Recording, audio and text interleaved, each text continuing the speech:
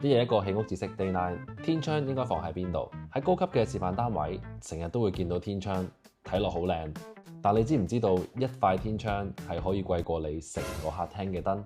天窗嘅位置可以喺客廳、飯廳呢啲主要嘅生活空間。功能性嘅可以揀喺黑廁，或者特色啲可以擺喺沖涼嘅 shower 上面，又光猛又可以開窗通風，甚至可以擺喺睡房裏面。加埋窗簾，朝早按時間慢慢要陽光叫醒你，非常浪漫。